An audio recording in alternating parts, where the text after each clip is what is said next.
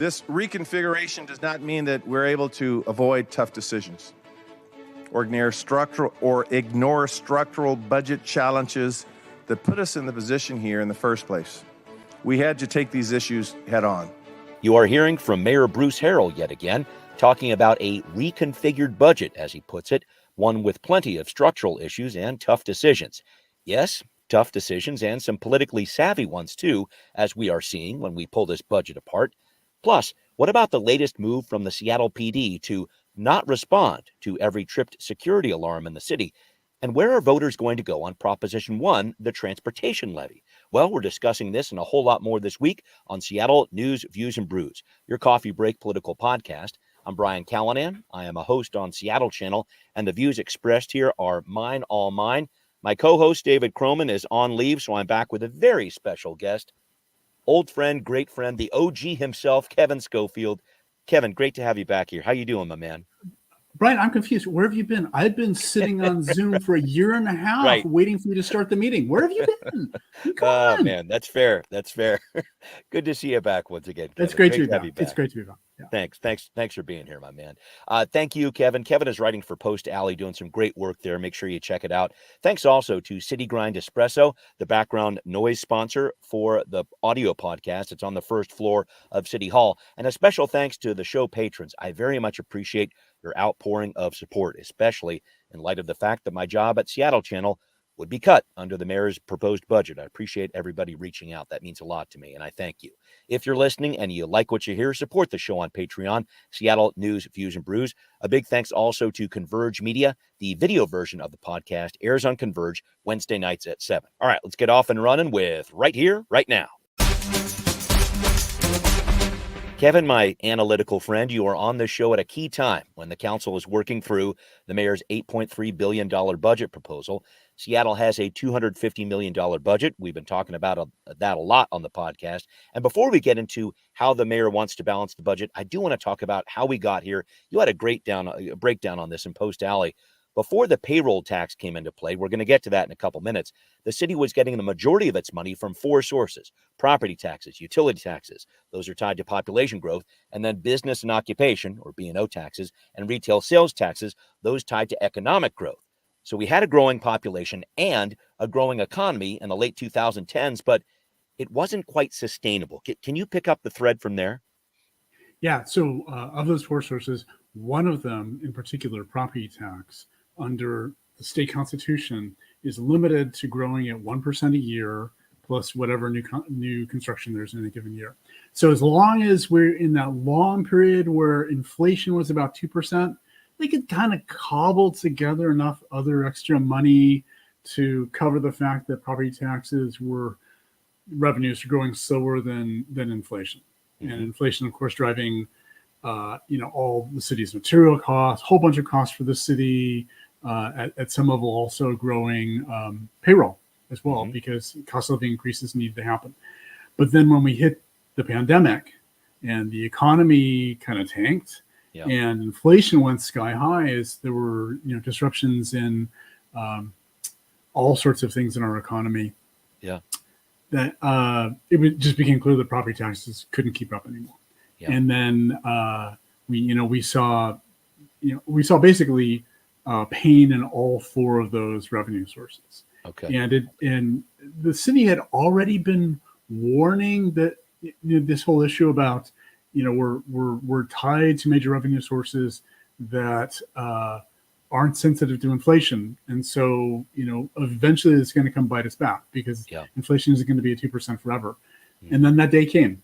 Yeah. And they really got in trouble. And so they ended up with a $250 million a year hole in the general fund budget. Right. And then I know the council's been talking a lot about an audit over the past several months here. But I think they've kind of backed off of that because when you really do look at this budget, there isn't a lot of magic. There aren't a lot of magic answers. I'm going to cut this whole piece off. Can you go into that piece? Because I think that's an important part of this discussion, too. Yeah, I think it's a really important part of the discussion. So of the $1.7 billion general fund budget this year in 2024, $1.5 billion comes from just 7 departments, right? Out of like 40 departments in the city. Right. The other 35, put all the budgets together, and there's about 200 million. Right. You could cut all 35 of those, and you still wouldn't have filled that $250 million budget hole, right? Right. But the big ones, those big seven include the fire department and the police department, Which they don't want to cut. Right. And they can't, right? I mean, a bunch of the folks in the city council and the mayor ran on a platform of don't cut the police, right? And don't cut fire. Yeah. And invest, in fact, if anything, put more into public safety issues, right? Right. Parks and restore the parks. So parks is in that list of 7 too. So really, their only option for cutting money is basically do a even small percentage cut across the entire city budget, because as soon as they start deciding, okay, these are sacrosanct and we can't cut them, they've basically pushed out of the way all the big city departments, and there just isn't enough money there to do it. Right. Well, let's move on, if we could, to what the mayor did here. And you've written about this too, and really pointing out the saving grace for the city this year is the payroll expense tax. I'm really going to try to start calling it that instead of the jumpstart tax. But the mayor is really leaning on this heavily to fix the budget deficit. Can you help break down what he's doing here? So a miracle happened basically with the payroll tax, which is that they originally, when they passed in 2020, they had a forecast, kind of a rough forecast for how much it would bring in. It was expected to bring in a little over 200 million this year, about 230 million in 2025, and it has greatly exceeded that. So it's going to push about 400 million this year, and they're guessing about 430 million next year. And the reason for that is that when they were doing these estimates, they really had no way to estimate how much of employee compensation was going to come from stock options, and stock awards, which not only is something that there isn't high visibility outside these big high-tech companies to, but is also tied to the stock price, which there was no way that they could predict. And so these Amazon, Microsoft, Meta, the other big companies that have large presences here in Seattle have paid a lot of compensation in stock options and stock awards. Right. And then over the last few years, their stock prices have skyrocketed. Yeah. Right? So ended up with just a huge windfall of revenues for the city from the payroll expense tax from doing that. So they're going to end up with, I think, if I remember correctly, about 138 million more in revenues this year than they expected, and about 200 million more in revenues than payroll expense tax next year, closer to 430 million than the 230 million that they had originally projected for it. So they've got, together you put those two, and they've got about 300 million, a little over $300 million more to spend next year than they thought, and on an ongoing basis, about 200 million more in annual revenues coming from that than they thought. And it seems like what the mayor is doing here, he's saying, okay, these payroll expense tax projects, meaning affordable housing, Green New Deal and stuff like that, I'm still going to pay for those at the level the council wanted. I'm going to fulfill that, but then I'm also going to fill this budget with the payroll expense tax as well. So I think he's trying to answer a few different constituencies there. I just saw it, and I think you did too, as a very politically savvy move in terms of how he's spreading out the dollars here. Yeah, very politically savvy. So in a couple of different ways. So one is, originally, because at the time, then Mayor Jenny Durkin and the city council were, at each other's throats. Yeah. And the council had zero trust about how Mayor Durkin would spend any money. Yes. They legislated very carefully and very specifically exactly how the payroll tax funds should be spent as a set of percentages. Yes. And that is in a municipal ordinance that gives the mayor, it basically ties the mayor's hands on that. Yeah. And there was an exception there as they were coming out of the pandemic to allow some money to go into the general fund. But that ended this year. So starting next year, it's all supposed to go according to these percentages. So what Mayor Harrell has said is, so they expected $230 million of revenues next year. So we're going to spend about 230 million using those percentages that were legislated. Yeah. And then all the rest of it, we're going to put it in the general fund. And I'm going to send over a piece of legislation that will make that the new rule. that Yeah. will replace the city council's original spending plan for the payroll expense tax with this new plan where this amount goes in the general fund and this amount follows the original spending percentages. Right. And he's telling everyone, I'm honoring those original commitments because the amount of money that they thought was going to go into that is the amount of money that is going to go into that. Yeah. Do you see it that way? I know there are some people who feel differently about that, really want to stick to their guns about those original percentages, that all of that money should be going towards those different priorities at first set by the council a couple of years ago. Well, I think there is validity to both of those views. Yeah. There's also validity to the view that this isn't 4 years ago. Yeah. And, Yeah. and a lot has happened in 4 years. Mhm. And this was not a voter approved tax. That's right. Right? That's right. This is a council approved tax. Mhm. Right? And if the council can write one set of rules 4 years ago, the council can write a different set of rules now. I guess so. Right? And you And mentioned I also, certainly, keep going. I would certainly hope that one of the jobs of the council is to respond to the needs of the city now. And I'm not Yeah. going to say what those needs are, Right. because there are plenty of them. I mean, Yep. The mayor has very lofty plans for the amount of money that they're going to put in affordable housing this year, Mhm. including money from, combination of some money from the payroll tax and Yeah. a bunch of money from our new housing levy. Right. It's it's hundreds of millions of dollars. Mhm. That said, it's not enough for the affordable housing crisis that we have. Of course not. Could they put more in there? Yes, they could. Should Yeah. they? One way or another, yeah, they probably should. Should that Yeah. money come from more from the payroll tax and cutting down the amount of money that's going into the general fund from the payroll tax? That's one option. Yeah. That's why you elect politicians to go figure that out. That's right. And That's one last above my piece pay on- grade. Yeah, thank you. Yeah, right. Mine too. I just wanted to touch on one last piece. It did seem like the mayor also gave the council a little bit of leeway in terms of extra dollars they might be able to spend for different projects that the council members themselves are interested in. Yeah, that's one of two ways in which this, I think, is a really politically savvy budget for the mayor. Yeah. One is he left some money on the table, right? The city council members, and particularly the district-based ones, all have to show that they're delivering for their constituents. Of course. Right. Which means they can't just rubber stamp the mayor's budget. They have to go in and make some amendments and show that they're fighting for the constituents, they're fighting for the district, they're doing the right thing, they're covering district priorities. Yep. And so if there was no money left on the table, they would have to go take money away from things that the mayor funded in order to fund those things. Right. So he very strategically left a bunch of money on the table in a couple of obvious places so that the council members can pick that up and argue among themselves about how to spend that money. And they'll probably, if the last couple of years is a basis for predicting how they're going to do this, they'll divvy it up. Right. I think there seems to be sort of a culture among the council members that they all get a slice of that money for things to serve their district. Right. Yeah. So they'll find a way to divvy up. The other really savvy thing that the mayor did was he didn't cut any of the major sort of progressive programs. You look at things like the Green New Deal and the EDI, the Equitable Development Initiative. He funded both the police department as well as the care team, which is where they're making investments in civilian alternatives to police response. Right. So he's funding, making sure that we are maintaining all of the homeless shelter beds that we have, but he's also putting more money into the unified care team to expand it out over the city. Right. So he's covering both sides of a bunch of these contentious issues. And nobody can say we've been defunded. Right.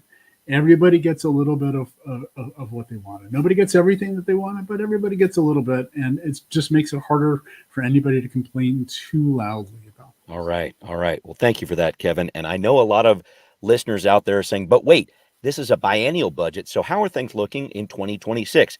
Kevin has some insight on that part of the story too. Coming up on Now Hear This. So every even year, the city is required to lay out a biennial budget, 2-year budget. This process is meant to cover 2025 and 2026 as well. That means looking at some larger economic trends. What's happening with employment? What's happening with the stock market? What's happening with inflation? In mid-August, I talked with the council's budget chair, Dan Strauss, about what he's keeping an eye on this fall This is from my City Inside Out Council Edition show on the Seattle channel. If we get a revenue forecast in October that is in the negative direction, we've got a big problem. If for some reason the stock market tanks in the next month, that's what Jumpstart is based off of. That's why it's doing so well. If the stock market tanks, we are in big trouble. I can tell you that today, without Jumpstart, we would have already had to cut programs. We would have already had to lay people off, and it would have had a really negative impact for Seattleites. So Councilmember Strauss very cautious about the impending revenue forecast the council is going to see over the next couple of weeks here. He's concerned about inflation, which is dropping. We've heard that. He's also concerned about the Fed dropping interest rates, which could have a positive impact as well. But that all leads me to my question, Kevin. It looks like the city hasn't a handle on 2025. We've been discussing that. But what's the budget looking like in 2026? These big structural budget problems I keep hearing city leaders talk about, have they been solved? Well, the mayor thinks they've been solved. Okay. The mayor has said very clearly, we've patched that hole.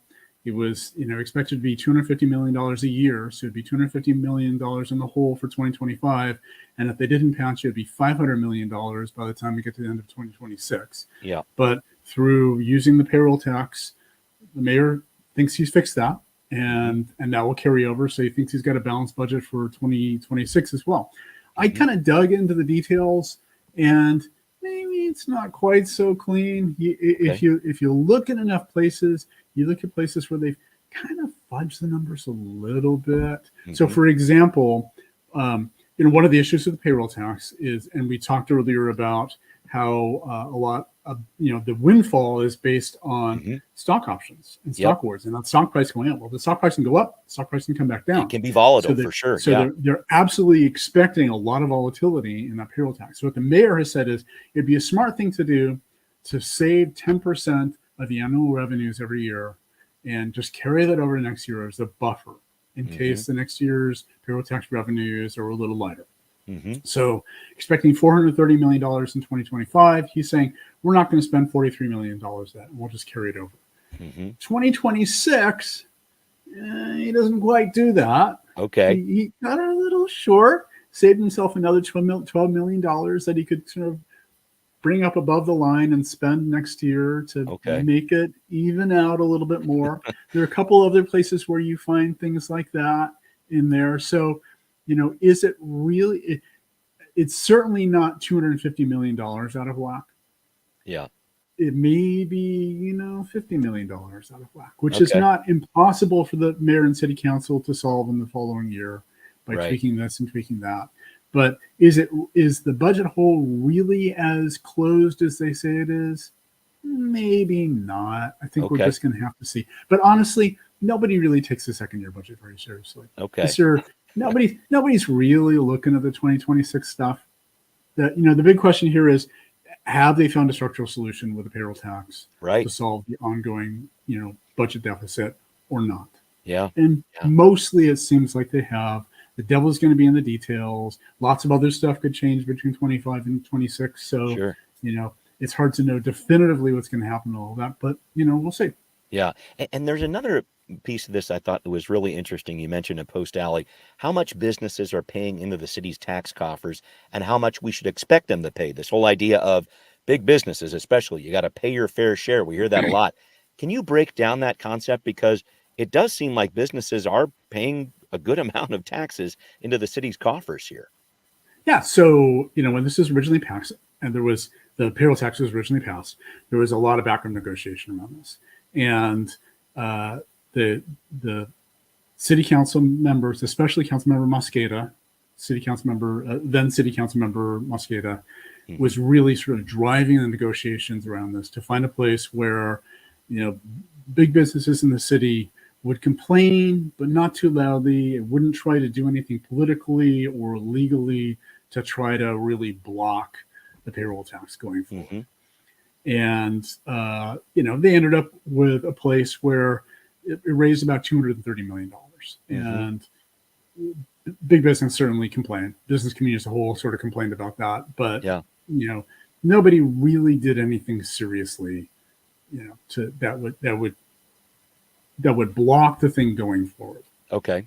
And with the assumption that, okay, by 2024, we're going to be paying about $230 million a year. Yeah. Right. Well, right. now fast forward 4 years and they're paying $430 million a year. Mm-hmm. Where this tax is extracting another $200 million from businesses in the city. And just to put this in context, today, as far as economically how we're doing here, our economic recovery here in Seattle is slower than the national trend. That's right. Employment, a lot of it. Our unemployment is a little higher than the national trend. Our inflation rate locally here is still a little higher than the national trend, right? So we're not doing quite as good as the rest of the country. Office vacancies too, I think about. Yeah. Office vacancies, but and as Amazon goes back to 5 days a week in January, that might get a little better. Sure, right. But office vacancy is still very, very high, and it doesn't really seem to be trending up at a rapid rate right now. So, in all that context of the economic environment, is not as rosy here. I mean, it's not rosy nationally, and it's less rosy here. Should we really be taking another $200 million out of businesses? Now, the flip side of this is, two parts. Part number one is the reason they got a $200 million windfall from this is because the stock prices went way up. Yeah. And, and those companies love the fact that their stock prices way up over the last 2 years, right? Maybe that's enough. Maybe they're like, yeah, this extra payroll tax we're paying, small price to pay for the fact that, we're cranking on the business and our stock prices way up. So they may not care, right? We may not hear from them. Wow. But then the other part is, as you mentioned, this question of like, when this thing was originally passed, the chant was big business has to pay their fair share. Yes. Right. And that's an important principle because businesses, especially big businesses, really do consume a lot of resources and lean very heavily on the infrastructure of the city. That's right. I mean, just think about the Mercer mess and all the pressure that Amazon put on, and everybody else in South Lake Union put on, Mercer, and all the money and time and effort and frustration that went into rebuilding that whole corridor. Sure. Just to manage the fact that Amazon built out their world headquarters there. Yeah. Right. Yeah. Mostly Amazon building out their world headquarters there. So that's one example of all the different ways that the city, that big business really does put a burden on the city. Right. And but what is their fair share? Yeah. Okay? Right. What's their fair share? Is it $230 million this year? Is it $430 million this year? Right. I did a quick back of the envelope calculation, and of the $1.8 billion in the general fund proposed for next year, at least $800 million of it comes from business. Yeah. All the B&O tax, all the payroll expense tax that's proposed to go in there, a big chunk of property taxes. The single biggest property taxpayer in the city is Amazon. Yeah. Right. A bunch of the sales tax, a bunch of the utility tax. It's like you go through all the big ones, and that's just a big one. Then there's other ones like real estate excise tax. Sure. Things like that. Right. There's just an enormous amount of money coming straight from business into the city coffers. Are they paying their fair share? What is their fair share? And you're never going to get a politician to answer that question, right? Right. At the moment when they're trying to propose more taxes on businesses, what their fair share is just more than they're paying today. Right. And if you're on the other side, if you're a lobbyist for Amazon, then their fair share is less than they're paying today. Yeah. Wow. Right. This is a good battle for our political leaders to have, and business leaders too. But I did want to move on briefly to another story that crossed my radar this week. I saw this in the Seattle Times. As of this week, the Seattle Police Department will not be responding to tripped security alarms without verification, meaning unless there's video, audio, a panic alarm, or eyewitness evidence, cops aren't going to show up. Interim Chief Surar says Seattle had 13,000 alarm calls last year. Only 4% involved a crime that actually resulted in a police report or arrest, and we don't have the cops to spare, she's saying. But the alarm companies are saying, wait a minute, you need physical evidence too, like video, that can cost a lot extra. People with security alarms, just hearing about this, it's not a good deal for them. And Kevin, I just thought this was interesting because with so many council members elected last year on this platform of we're going to cut down on property crime, we're going to censor the victims of crime, is this move from the SPD inconsistent with that ethic, or how do you see it? I think it's really difficult to say. So you mentioned 13,000 burglar alarm calls a day. That's a year. That's 35 a day. Yeah. 35 a day. Right now, because of the limited number of police officers, it's taking on average 2.5 hours for them to respond to one of these burglar alarm calls. Mhm. So it's not like they're They're not instantly getting to running it out right away anyway. right? Yeah. They're not getting into right away, and it is a big drain on overall over the course of the year to do this. Right? Is there, especially when only 4% result in something that's really actionable by the police? Yeah.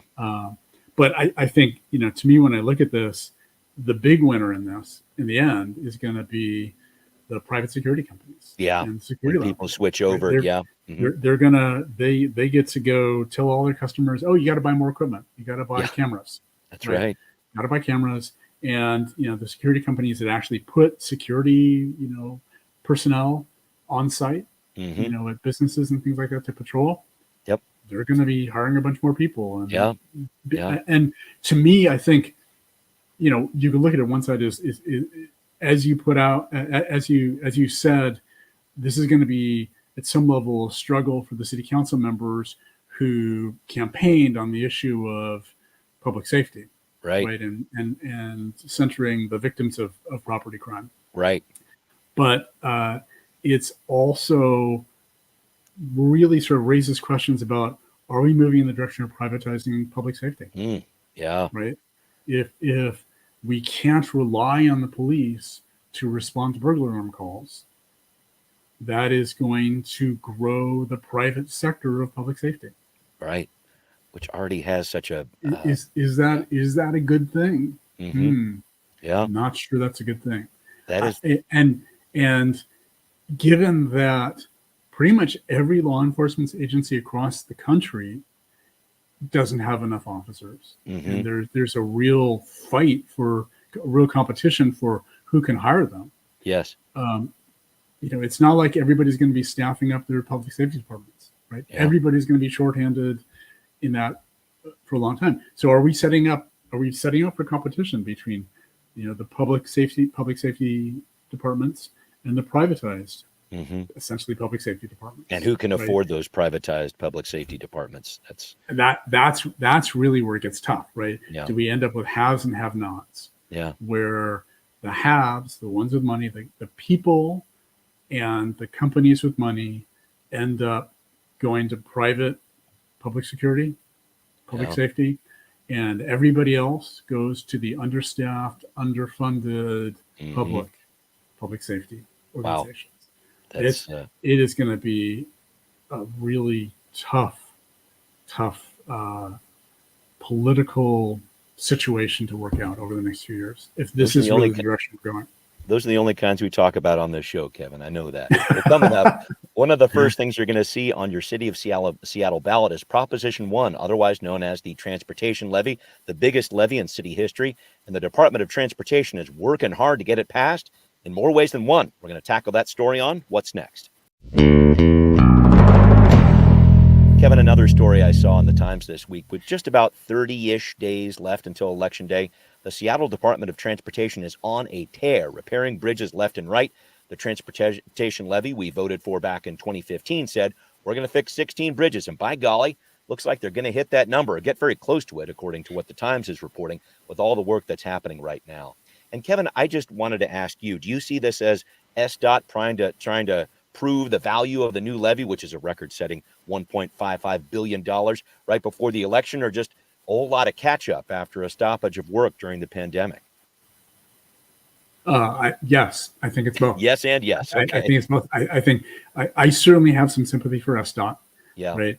In 2015, 1 year before Trump got elected, they passed a 9-year, $930 million transportation levy. I think the biggest one we'd ever seen. It was at that point. Move Seattle was the biggest one he'd had at the time. Yeah. All sorts of ambitious plans for what to do.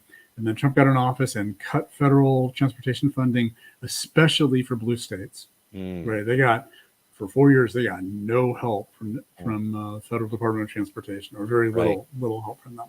And that put them behind. And then just as they were coming out of that, we were in the pandemic. Yeah. Right. And that made everything harder and more difficult and so on. So they're absolutely playing catch up on this. And unfortunately, a lot of voters, whether rightfully or not, are looking over the last 9 years of this levy and saying, well, how much did you get done? Mm-hmm. And the answer is not nearly as much as they thought they were going to get done. Yeah. And we have to contextualize that, but that doesn't mean none of it was SDOT's fault. Right. So now we're looking at a new transportation levy, 8 years, $1.55 billion. Mm-hmm. More ambitious. I think in some ways it's probably more spread out over lots of different priorities. Yeah. Mm-hmm. Priorities that tie to different advocacy groups. Yep. That's for sure. It's kind of a fair way to say it. Once again, this is Mayor Harrell trying to make everybody happy at some level. Yeah. It doesn't solve all the problems. That whole Magnolia Bridge thing is still sitting out there. Sure. Fremont Bridge has got some issues too, you bet. Fremont Bridge University Bridge has got some issues. So, there are issues around not solving some of the big problems, but trying to make progress in a bunch of things. And this is what we see politicians, particularly at the local level where resources are constrained, often do. Rather than try to solve big, expensive problems, they try to do just enough to show that they're making investments and making progress on a whole bunch of things. We see this with homelessness. We see this with transportation, other kinds of infrastructure. Let's just do a little bit in housing. I don't know. This is often when I hear you use the verb peanut buttering, which is one of your best, trying to spread it out as far as you can. And that I think that's exactly what is happening here. But again, we have a lot more to talk about on that one. But we need to wrap up the show, Kevin. And I wanted to pass along to listeners. We both went to the last regular season game for the Mariners recently. We even sat next to each other. Thank you for the ticket, Kevin. That was very surprise. Cool. Yes, it was great. It was great. A fun game. It was a win, but I couldn't help feeling a little sorrow too for seeing the Mariners miss the playoffs again. I just wanted to ask you how that made you feel. It made me feel like a Mariners on the podcast. Fan. It's okay. It made me feel like a Mariners fan. We're used to this, right? This is our team. Here we go again. They're saying now they're going to spend more on payroll. We know what they need. They don't need more. They don't need better starting pitching. They got great starting pitching. Right. You use a little help with the bullpen. You could use a lot of help with offense, but the offense is going to be the hard part because T-Mobile Park is such a pitcher's park. Yep. It's really hard for them to get top-notch hitters to be willing to come and play half their games in T-Mobile Park. Yeah, that is the big story behind the story there. Always. Yeah. Well, Kevin, thank you once again for joining me here. Thanks to everybody listening to Seattle News, Views, and Brews, the podcast where you can always find out what's brewing in local politics. Thanks again to patrons who support the show. Really appreciate your help, especially with my challenges at Seattle Channel right now. Very much appreciate that. Thanks. If you are not a patron, join us. Find this podcast on Patreon, Seattle News, Views, and Brews. You can hear us on Apple, Spotify, wherever you listen. Thanks for watching on Converge Media, too. We'll see you next time. Seattle News, Views, and Brews is an independent production of Callanan Media Services. Copyright 2024.